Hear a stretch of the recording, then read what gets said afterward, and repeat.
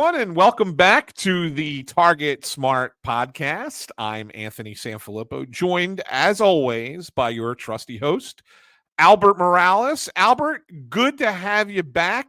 I know you were out in Chicago at the Democratic National Convention, and we're going to do an entire episode today, kind of catching up with you about what it was like to be out at the convention. But before we do, I want to make sure that people know where they can find us. They can subscribe to the Target Smart podcast on any of your podcasting platforms, whether it's Apple Podcast, Spotify, Pandora, Talk to Alexa, because it's on Amazon Music, YouTube as well, YouTube Music, if you just want to listen to it. You can also watch us on YouTube. Just make sure that if you're watching on YouTube, you hit that like button and subscribe so that you get an alert every time we put a new episode out. And you can always connect with us on X at Target Smart, on Facebook, Target Smart DC, and on LinkedIn.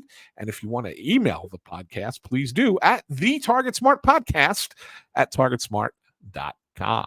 So, Albert, welcome back, my friend. How was it? How was Chicago?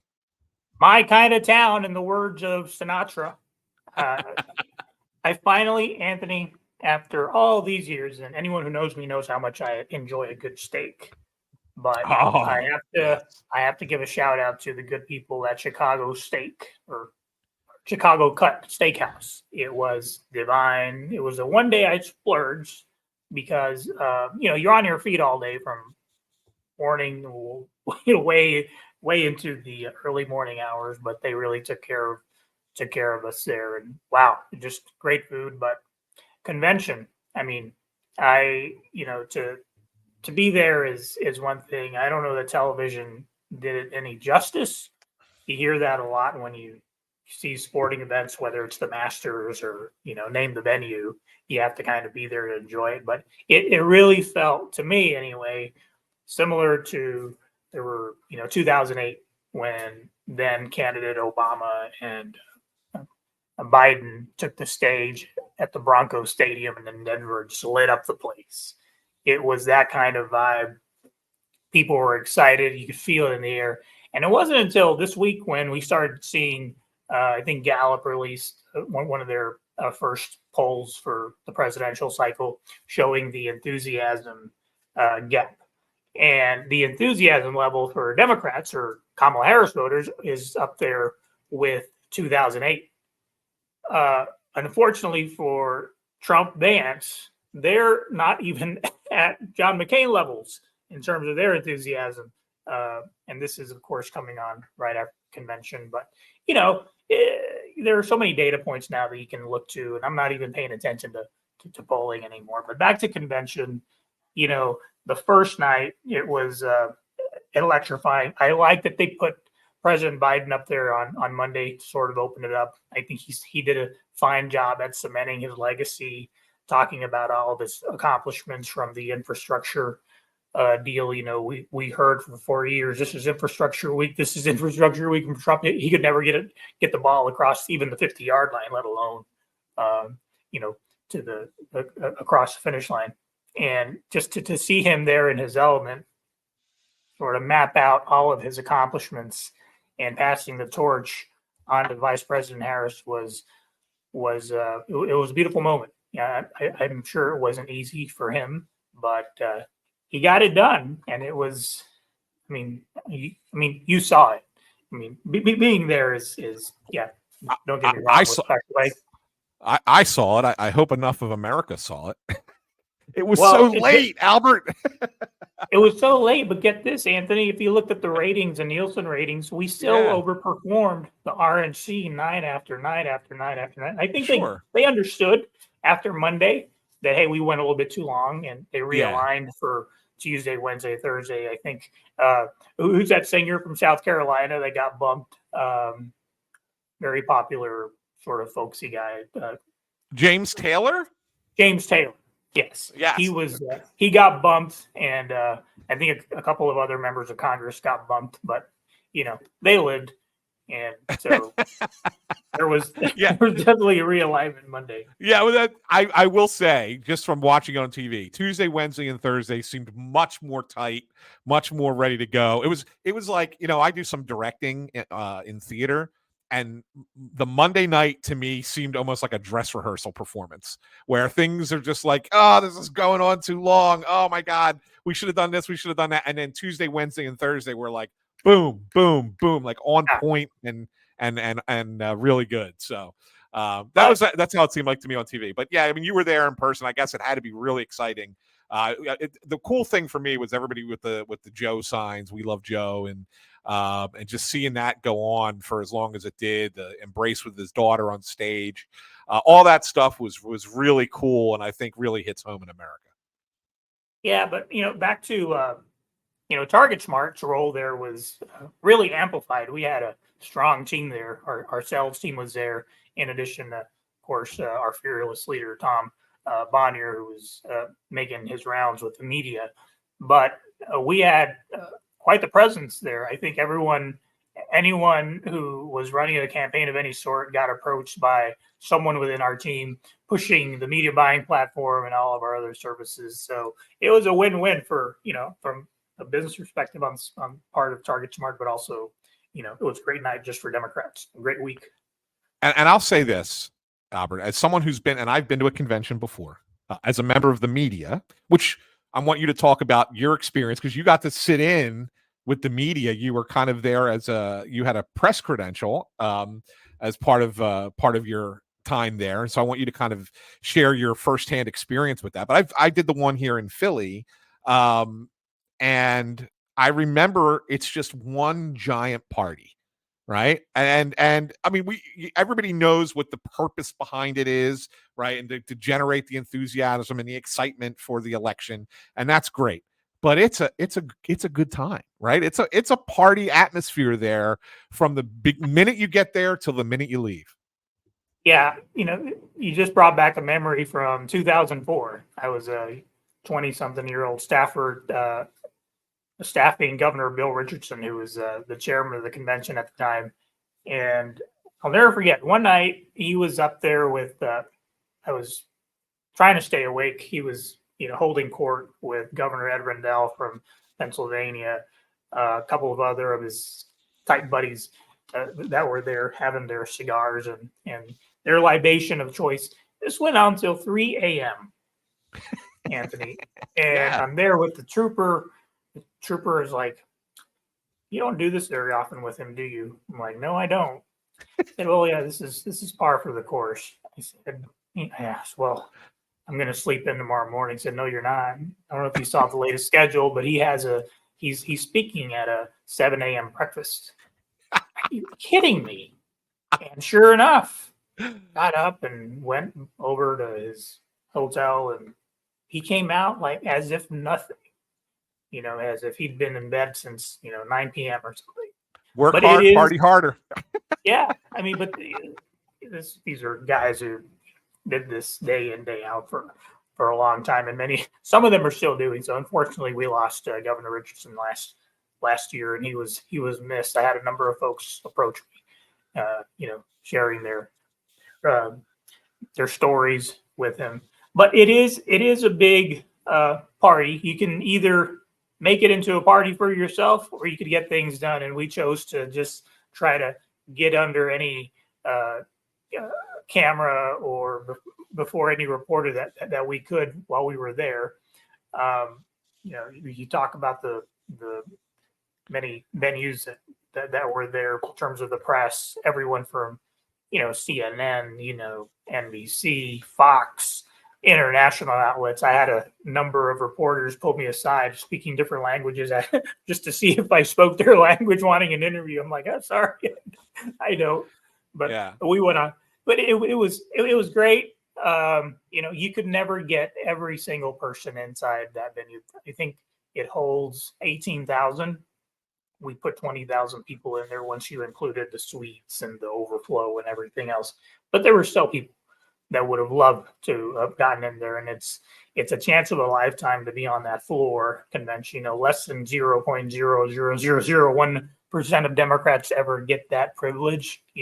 Unless you're a delegate to the convention or the nominee or staff, it's very hard to get on that floor. So I was very blessed and fortunate to to be able to be there all 4 days. And from time to time, I would bring in someone to just to give them a treat, because all they need is your badge, and they get to walk in. One lady came back crying, giving me a big old hug. Oh, this was the greatest moment of my life. I'm like, lady, it's not. Yeah. It really isn't. But that's I know. when you get to do that kind of stuff for people, really, it's fun.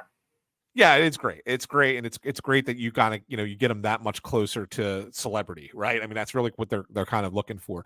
And the reason I brought up, Albert, the whole concept of it being one big party, and I don't want to act like there's not a similar party atmosphere at the RNC, but there is a difference between the two. At least this year there was. Sure, the people at the RNC had a good time, and they were doing probably the same thing as everybody else, having their beverage of choice and a cigar and getting a great meal. But the messaging is where I think the real difference was between these two events. One was based purely out of fear, and one was based purely out of joy. And I think that is where you're going to see probably a difference in resonating with the everyday American. You agree? I couldn't agree more. I mean, it's the future versus the past. And if you believe that our best days are ahead of us, I think you're going to vote for Harris Walz. If you are just angry at the world and want to blame others for your lot in life, then you're probably going to go with Trump. But the beauty of it is that, at least judging by the data that's pouring in specific to fundraising, the jury's kind of in, and Kamala is winning that battle in a big way. This morning they announced that they're having a bus tour in Florida, of all places. I think for something like 40 or 50 stops along the way. I mean, talk about messing, getting inside Donald Trump's head, right? You're going into his home state, or his newly adopted state, however you want to categorize it. And they're going to be doing that because they've got the resources to do it. The money's coming into her coffers at rates that he can only dream. And so she's able to do these sorts of things. And, again, if you look at the polling data, there's still some people who aren't really familiar with her positions or aren't, completely sold on there. So her ceiling, you can argue, without being a professional pollster, that her ceiling is significantly higher than his is. I don't think his is anywhere close to 50%. He's probably 45, 47%. And that's a big problem for him. That's why he coveted that endorsement from the guy with the brainworm. And, that's why we didn't really need to even bother having that conversation. I love the fact that you can say Trump, but you can't say Kennedy. It's an insult to the family. We named our daughter, her middle name is Kennedy, and I'd be insulting my daughter too. So no, I will refrain. Yeah, fair enough. Fair enough. One thing that I know that you wanted to talk about a little bit, Albert, was the impact of the Latino vote this November. I know that we had on a previous episode, you had been discussing this and about how there are obviously a lot of Latino voters who are going to vote Harris Walz, but that there are still some that are still on the other side, and you feel like there's still work to be done there. Just how do you view it now as we're 2 months out, a little over 2 months out from the actual election? How do you view the Latino vote, and how do you think it's going to play out in November? Well, poll after poll, Anthony, I'm glad you brought that up, because poll after poll post convention now is now showing a clear break from that. Seems like the Harris or the Biden-Harris ticket was stuck in a rut. We were somewhere around 50%. Since July 21st, however, you've had a series of polls come out now where you have a double-digit surge among support. More important, polls are one thing, but Tom Bonnier has been on television all week, as you know.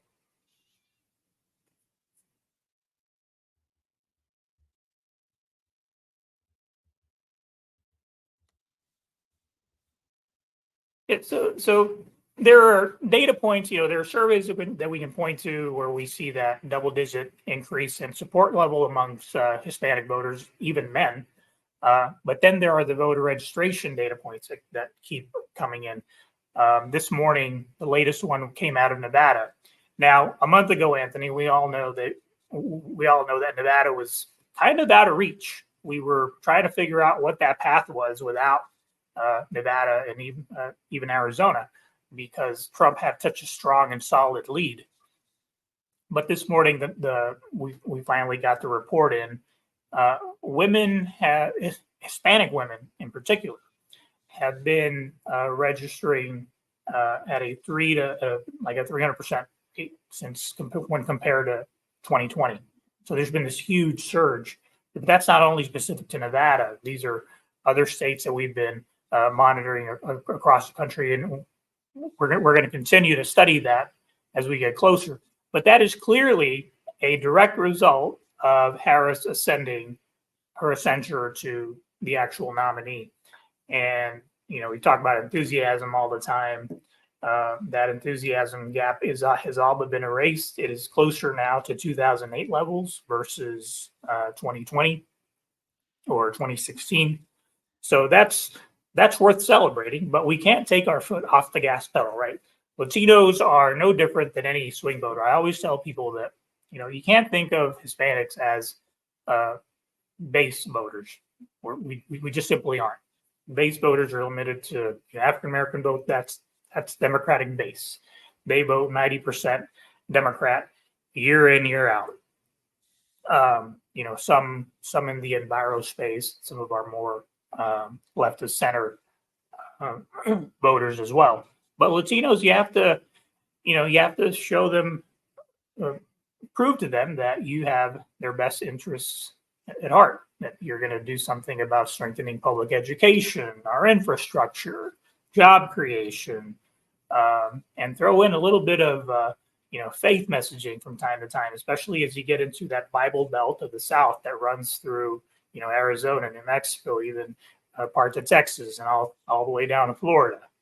We appreciate that type of language, but I feel a lot better about the Latino vote today than I did on July 20th. And I think there's room to grow. You look at candidates that are running that happen to be Latino. Ruben Gallego in Arizona, who's an incumbent congressman. He's chosen to leave Congress to run for Senate. He's now got like a 16-point advantage over Carrie Lake. Carrie Lake has not made herself any favors. She's a little cuckoo for Cocoa Puffs, but that's who she is. And I just don't understand, Anthony, when the message is going to get clear, be made clear. When will the lesson be learned? There's that famous line from one of my favorite Churchill movies, Darkest Night. When will the lesson be learned? They keep nominating these fringe candidates. 2 years ago, it was Blake Masters running against Senator Mark Kelly. That guy was just way right of center in the ilk of J.D. Vance. And then they double down here 2 years later with Carrie Lake. Even, she's even more extreme than Masters was, if you can believe that. And that seems to be sort of the trajectory. This started really in 2017. We started winning in New Jersey in these off-year elections. And then we all know what happened in 2018. We ran the table on the House and Senate races. 2020, we did it again. We beat Trump. With the exception of New York, we did a pretty good job with our House races. That was candidate quality, and we didn't do a good job there. As a result, we lost the House. But my point is, we've been winning ever since Trump came into the picture, and no one at the RNC headquarters seems to understand that. Clearly, no one at Trump's orbit. But at the same time, they continue to double down with this anti-Latino rhetoric. Look at their convention. We've been talking about the conventions, but you look at the RNC convention. What sign did they have up? It was mass deportation. That was their battle cry. I mean, show me a Latino who is a first generation who is going to be saying, "Hey, that's for me." Well, guess what? Most of us have family that are here, that are there. They may be recent arrivals. maybe they're just non-residents or resident aliens without citizenship, but they deserve to be embraced and accepted like anyone else. So on the Latino vote, back to your original question, I'm feeling a lot better than I did on July 20th, and now there's actually empirical data that backs that up. You talk about a lot of the data that has come in to show that the uptick in voter registrations. One of the things that you did out at the DNC is you had an opportunity to talk to one of the Harris Walls pollsters, Matt Barretto, and I'd like to play that interview that you did with him now, and then we can react to it after it's over. It's only 2 minutes long, but I'd like to add that here. So let's pull that up. There's incredible enthusiasm, especially in the Latino community. She's from my state, California, biggest Latino state, no offense to Texas, but California, biggest Latino state in the country. Kamala Harris knows the Latino vote. We're now starting to see that in the data. It wasn't there a month ago. We did see a little bit of a slump. We're not seeing that anymore. We are coming back on the Latino numbers to that historic 2-to-1 trend. So you mentioned Texas. Tell our audience from Texas what they need to know about Texas. I'm of the opinion that we're going to get really close because it seems like every presidential cycle we inch up about 3 points on average ever since Mitt Romney was running. That's right. I think it's going to be a very difficult proposition come 2028 when we are out there re-electing President Harris. What's going to be the play? I think, listen, I'll say this right now. We can revisit this in 28. I think in 28, Texas will be a battleground state. I was saying that about Arizona after. Well, not sure why that stopped playing there for a second. Not sure why that stopped playing there, Albert. But let's let you finish it up. What he was about to say there. What did he tell you about the Texas? So there's this Texas California struggle that Matt and I have always had. He's from California, I'm from Texas, and I always preach that Texas is way better than California. So that's the debate. But my question to Matt was, do you think that Texas come 2028 will be a real battleground state? And he was making the case that it will be because it's on the same trajectory that Arizona was a few cycles ago. We were inching we were just climbing that mountain slowly, and then we got to the top, and the rest is history. We won it now. We hold one of the Senate seats, or both of them actually. I think one of the incumbent senators switched over to independent party, but I think she still caucuses with Democrats. But in Texas, the challenge there, Anthony, is that you've got like 6 media markets. You've got El Paso, Dallas, Fort Worth, Houston, San Antonio, Austin, South Texas, Amarillo, and any other medium-sized media markets. So it's a very expensive proposition. You got to go in there with like $100 million if you're going to do that. But once you make that competitive, think of the Republican Party or whoever their nominee will be going up against President Harris, who I hope will be President Harris by then. They really are going to be in a pickle because it would be the equivalent of us having to defend California or New York.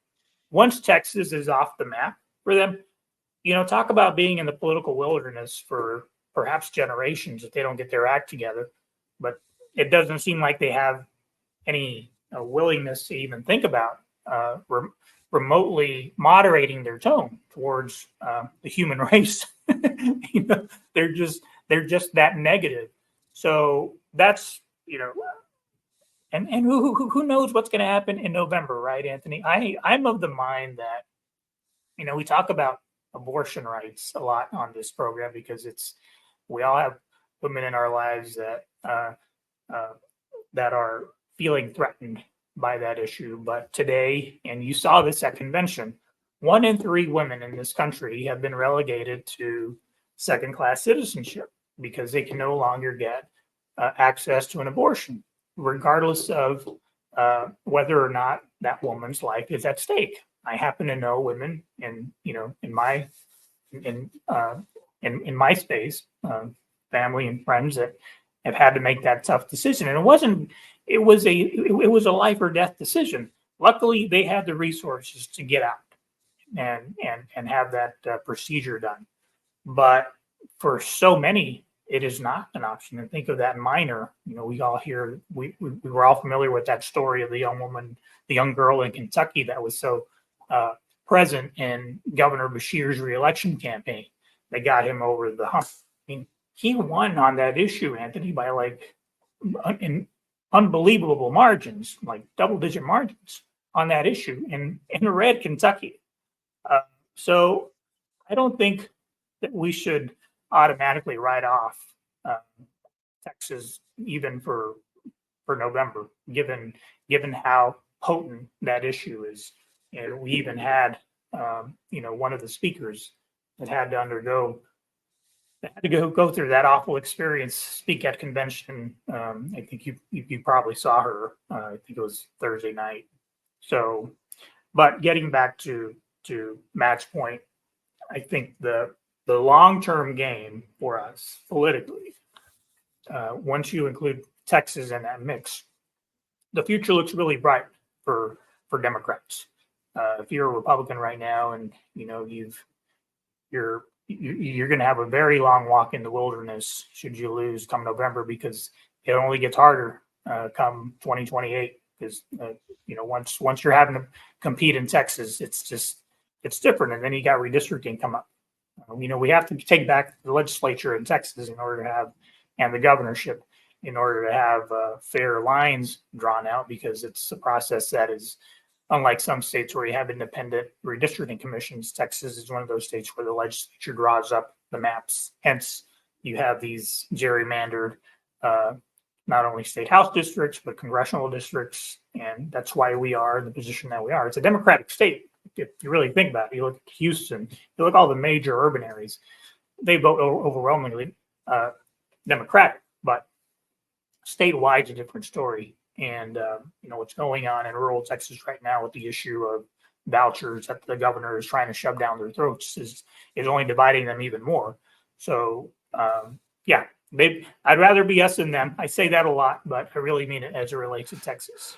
Well, speaking about a lot of rather be us, you have a ton of photos that you took at the DNC, and I put together a little slideshow of you hobnobbing with the elite, right? No, I want to pull this up on the screen.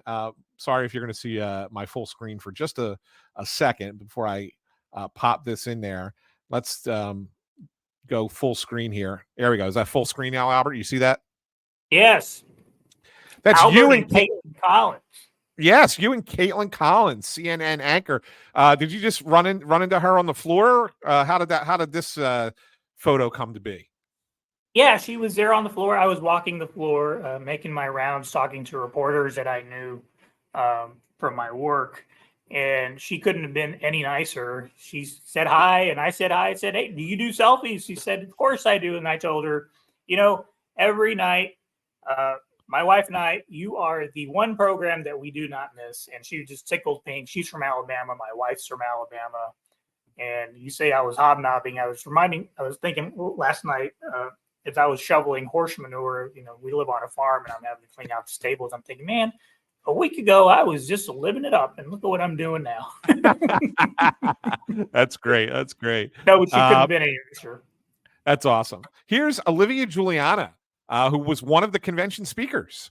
Yeah, go ahead. Tell us, Albert.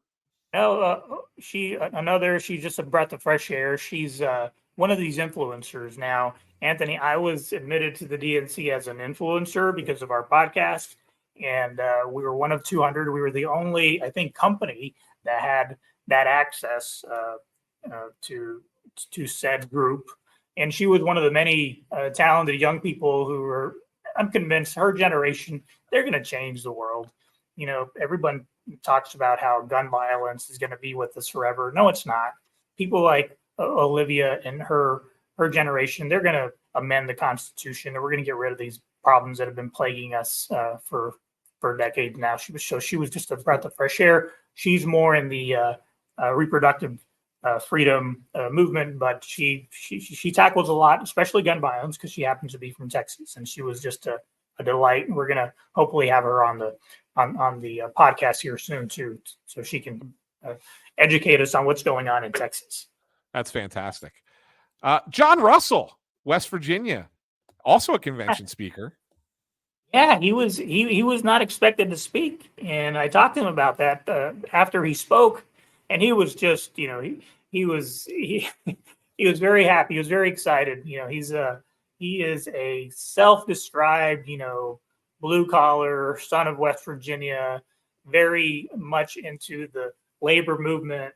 He's very educated on the history of the labor movement. He spoke to that, if you recall, listening to him. He was only given 2 minutes, much like these other speakers were, but he took advantage of those 2 minutes, and he really made a difference. And I think John Russell is someone to look for. He's a journalist, but he's also, I think he's got a political future. I really see him as perhaps as a senator one day, representing Appalachia. So he's a really good guy, and he also expressed interest in continuing with our dialogue. So hopefully we can get on the podcast before the election.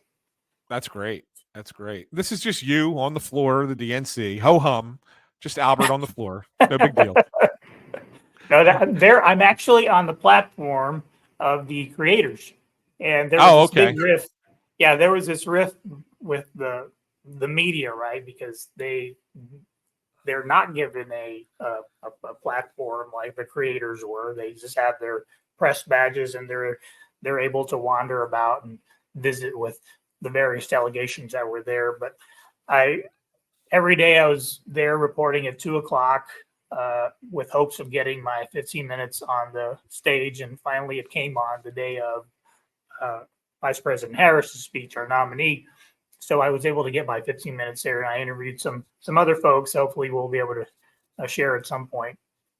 But it was quite the view. Now here you are with Ed O'Keefe from CBS. Yeah, Ed is one of those, another young reporter who's, a lot of people remember him from the Washington Post. He was on the beat covering the White House.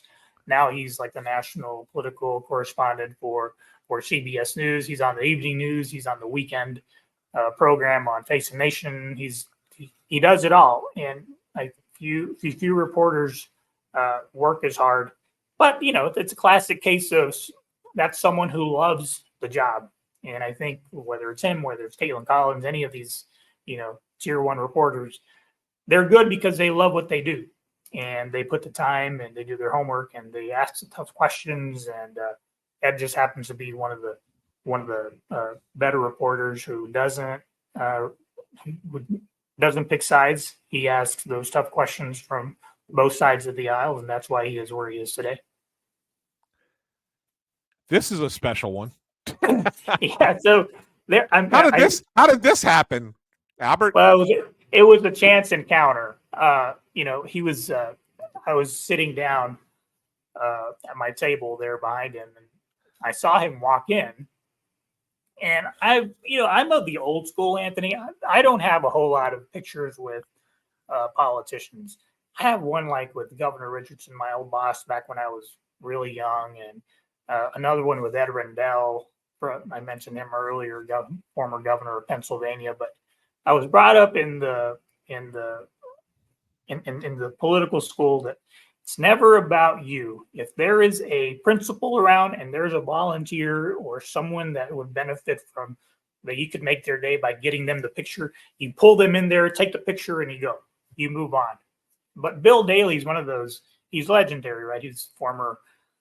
He has more of a finance background, but he also was a chief of staff to President Obama, and son of the late Mayor Daley. I mean, talk about a political pedigree there that is way up there.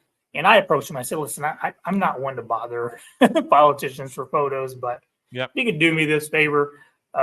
You're one of the few that I would I would probably frame it in my office. And he said, sure. And then his son came across and said, hey, Daddy. And I said, here, I'll take the picture. And he took it, and off I went. And he couldn't have been any nicer. Really, really good guy. That's a great one. Bill Daley, former White House chief of staff. That's great. Here's another one, another big name. You and former DNC chairman Terry McAuliffe. Yeah, my old boss. He recognized me and said, "Hey, Albert," and we hung out a little bit. Funny enough, you probably saw the stories of how difficult it was to get into the convention because of all the security perimeters and Secret Service and the protesters. So they had to stop and then let people in, stop, let people in. And on Monday, I turned to my right, and there's former Chairman Terry McAuliffe, former governor of Virginia. I'm like, what are you doing stuck in line? By all the people. And then next to him was the finance chairman for the campaign, also like waiting like the rest of us schmucks. And after a few minutes, Secret Service came in and escorted them in. But it was quite the experience. I'm like, hey, Mr. Chairman, do you mind taking me in? I'll be Albert McAuliffe. He's like, yeah, I don't think they'll buy it, Albert. So we had a good laugh, and that's great. Well, you go from the former DNC chairman to the current DNC chairman. You and Jamie Harrison. Jamie is one of those.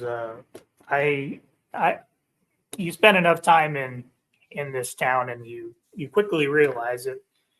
When it comes to friends, you probably can count them on one hand and have a finger or two left over. But Jamie has been there. When he was on the Hill, we were friends, and we've just been really tight over the years. And he's the reason why I was able to, frankly, have the access that I did at convention. One day I just got a letter saying, "Hey, Chairman requests your visit, your presence at the convention, and this is what you're going to do." And we'll go, whoa, okay, I'll take that deal. But Jamie, talk about pulling off one of the best conventions, and if not the best convention in modern history, between him and Mignon Moore, the chair of the convention. They really did it right. I mean, it was nothing is perfect. No event ever is. But Jamie, to see him ascend to where he is today, and if you know anything about his background, you know that he did not grow up under the best circumstances. He was raised by his grandparents, and but he worked hard, studied hard, and as a result, he now is where he is, and it's a great American story. Success. Love the guy. And I don't know that he has any detractors. That's hard to say about, this town or anyone in this town. For sure. Here's you and CNN contributor Jamal Simmons. Looks like you guys are like chilling in some lounge at this point. Yeah, that was actually the DNC's, one of their skyboxes, and that was after the event. And I was getting ready to go, and he walks in and said, "Hey, let's catch up." And we caught up a little bit. He's another former colleague from my DNC days. He just has a communications background, but also, very, very astute. One of the better political operatives that we have as a party. If tomorrow the presidential campaign needed a new comms person, or dare I say a campaign manager, Jamal is one of the few that can just assume that role. He's that good, very well liked, very well respected, son of Michigan, really good friend too. And it was just nice to be able to catch up with him. And he's got a family now, 2 kids, so he's not on the beat all the time. His schedule is more agreeable, but it was fun to catch up with him and snap that photo. That's cool. This is a fun one, Albert. Yes, Lalo Alcaraz. He is a famed cartoonist from the West Coast. He does a lot of political cartoons, very active on the social media. I knew him a little bit, but not that well, and I was able to get him some press access as a creator of some sort a couple of days, and he couldn't have been any nicer either. He's very happy. Gifted me that cartoon of the legendary Dolores Huerta, who used to work with Cesar Chavez back in the days of the farm worker movement. who's still, by the way, I saw her at a party like at 3 a.m. like nothing. I'm like, good grief. I hope when I'm like 90, whatever, 2 years old that you are, I can hang as well. But he's very nice. He does great work. Just good person all around. That's great. This is a special one, huh? Julie, yes. Julie is very hard to catch up with these days. So when I saw her, I ran and gave her a big old bear hug. She's the vice president's campaign manager, so she's very busy. She happened to be there. I think she was looking for her dad or a family member that was kind of lost, and she was trying to navigate that. But I caught her. We chatted a little bit, and I said, "Let's take a quick photo." She said, "Sure, let's do it." She said, "Oh, here." So we took it, and off she went, and it was a chance encounter, but probably won't talk to her again until after the election. Yep, and that for those that are just listening on the podcast feed, not actually watching on YouTube, that's Julie Chavez Rodriguez, the campaign manager for the Harris Walz campaign. So, next one. Now, this one, Albert. This one, I think everybody's going to be booing that's watching on YouTube. But talk to us about how you ended up doing a photo with Kellyanne Conway. What? Well, let's just say it was a case of mistaken identity. And, you're on that's that floor where all of the skyboxes with the various networks were CNN, Fox, MSNBC, ABC, you name it, they were all there. So, I ran into President Clinton. And he said, "How about a selfie? Let's take a selfie." We took it, and off she went, off I went. But I got some chuckles out of that one because I posted it on my social media account. Like, what? Kellyanne Conway? Like, she's a human, she's just there. Yeah, she thought you were somebody else, right? I'm sure. Yes. Yeah. Yes. That's all right. It's all good. It's great. It's good. It's funny. And this last one, Albert. What the heck is going on here? You're outside holding a Coach Walz sign, and you're like in the face of a protester. And I'm like, oh no, like what is happening? I can see some security in the background, those police officers back over there. They're kind of looking over like, we got to get some activity happening outside the United Center. What's Albert doing? Well, there was no shortage of protesters at our convention, as you know, Anthony, from Name the Issue. But there was one cohort, one group of, these are people I grew up around. They're whether you want to call them Bible thumpers or, these far right, self-proclaimed evangelicals. And some of them were spewing their typical anti-gay, anti-Muslim, whatever rhetoric. And I just wasn't having it because I happened to be with some friends that were of that description. And so I went up there. I said, "Brother, listen, I get it. I was brought up in a Southern Baptist home myself. I see where you're coming from. But allow me to ask you this. Have you brought any souls to Christ while you've been here? Because all I hear from you is retribution and condemnation. And, there is a reason why less than 50% of this country is now attending church on a regular basis because of the likes of you. That is not a welcoming message." And I said, I read scripture. I've read it. I've been a loyal attendee of church, even more recently. But nowhere in the Bible do I see an example of Jesus doing what you're doing. We had this prolonged debate. Finally, he ran out of memorized scripture, so we called it a day. And I went on my way. I went about my way.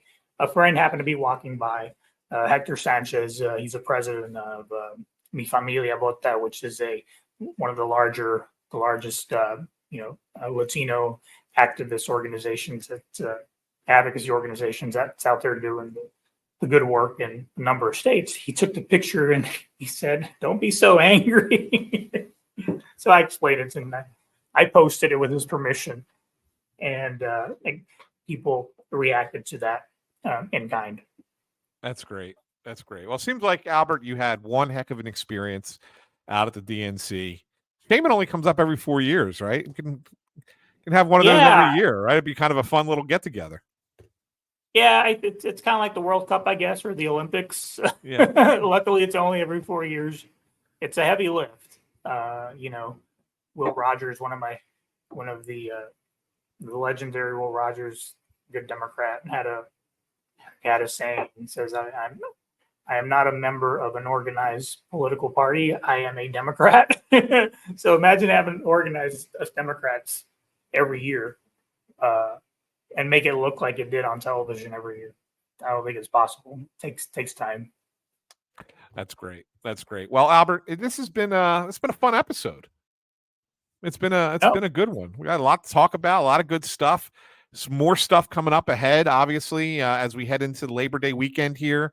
Everyone always says that the country doesn't pay attention until after Labor Day. So guess what? Everybody's going to be starting to pay attention when we get back to work on Tuesday. So I anticipate every episode from here through the election will be very, very specific and oriented toward all of the progressive causes, and we'll dive into them with some great guests. And you have the contacts, my friend. You are the man, as far as that's concerned. And I urge people to keep coming back to the Target Smart podcast every week from now through the election and beyond.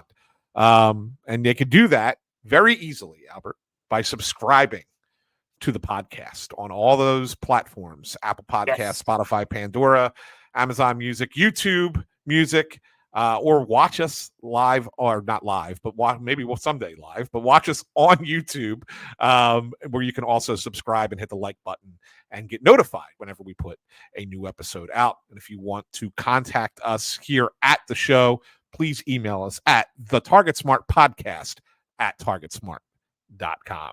Any final thoughts, Albert, before we wrap this up and head off to our Labor Day weekends?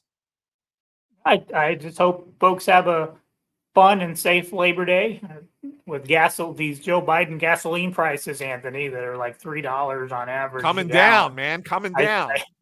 I think it's going to be the most heavily trafficked Labor Day weekend that we've had in recent memory. So that's good. Just be careful out there and have an extra burger. Because you're going to need that protein to walk and canvass on behalf of our nominee from here to Election Day. So we'll see you next week. Awesome. So for Albert Morales, I'm Anthony Sanfilippo. Say thanks for tuning in, and we'll catch you next week here on the Target Smart Podcast.